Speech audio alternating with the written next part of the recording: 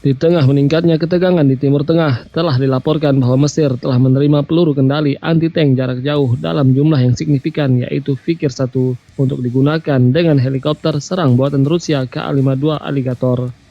Mesir adalah satu-satunya pengguna helikopter serang Ka-52 di luar Rusia.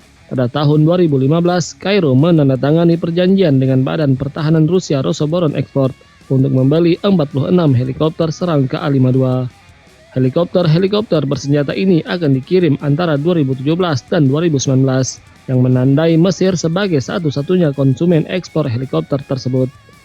Helikopter Ka-52 yang digunakan oleh Mesir adalah varian Ka-52K yang memungkinkan mereka untuk beroperasi dari dek penerbangan dua kapal serbu amfibi kelas Mistral yang diakuisisi dari Prancis. Kedua kapal kelas Mistral, Gamal Abdel Nasir yang sebelumnya dikenal sebagai Vladivostok dan Anwar al-Sadat yang sebelumnya juga dikenal sebagai Sevastopol, diperoleh Mesir pada tahun 2015 setelah Rusia menghadapi sanksi ekonomi yang mencegah pengiriman kapal-kapal ini ke Moskow.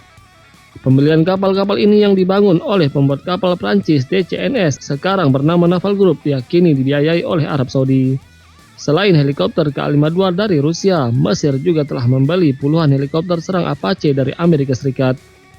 Peluru kendali anti-tank jarak jauh yang dikenal sebagai Fikir menggunakan sistem pemandu sinar laser untuk menyasar target darat. Dilengkapi dengan hulu ledak tandem head charge, rudal Fikir dapat menyerang target pada jarak antara 10 hingga 12 km. Dikembangkan oleh produsen peluru kendali terkenal Rusia KBV Instrument Design Bereu, hulu ledak rudal Fikir dapat menembus ketebalan kendaraan lapis baja sekitar 1000 mm. Sementara itu, helikopter serang Ka-52K yang dikembangkan oleh produsen helikopter Kamov Design Bereu merupakan satu-satunya helikopter bersenjata yang dilengkapi dengan kursi pelontar.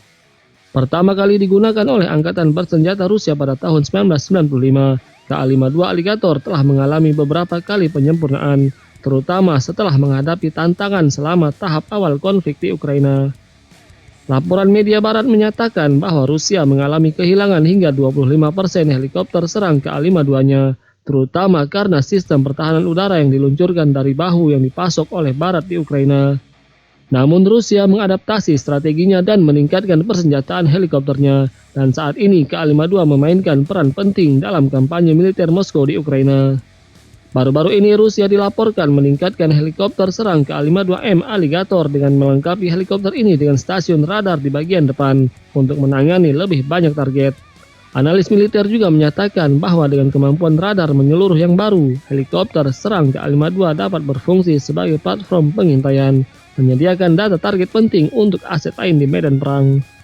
Semua sistem ini dirancang untuk beroperasi dalam segala kondisi cuaca, serta di lingkungan perang elektronik yang mungkin membatasi kemampuan helikopter bersenjata lainnya.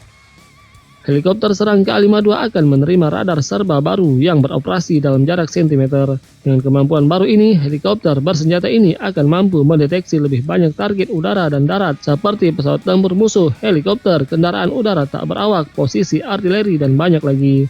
Menurut seorang analis militer yang diwawancarai oleh media Rusia RIA Novosti.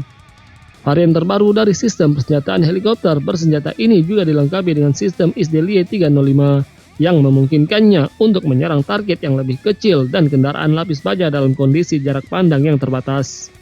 Menteri Pertahanan Rusia Sergei Shoigu mendesak para pengembang helikopter bersenjata untuk terus meningkatkan kemampuan helikopter serang dan memperhatikan keselamatan para awaknya. Keuntungan Rusia saat ini di medan perang di Ukraina dicapai karena helikopter serangnya kini dilengkapi dengan peluru kendali anti-tank jarak jauh yang meningkatkan keefektifannya dalam menghancurkan target darat, terutama kendaraan militer lapis baja yang digunakan oleh Ukraina selama fase serangan balasan saat ini.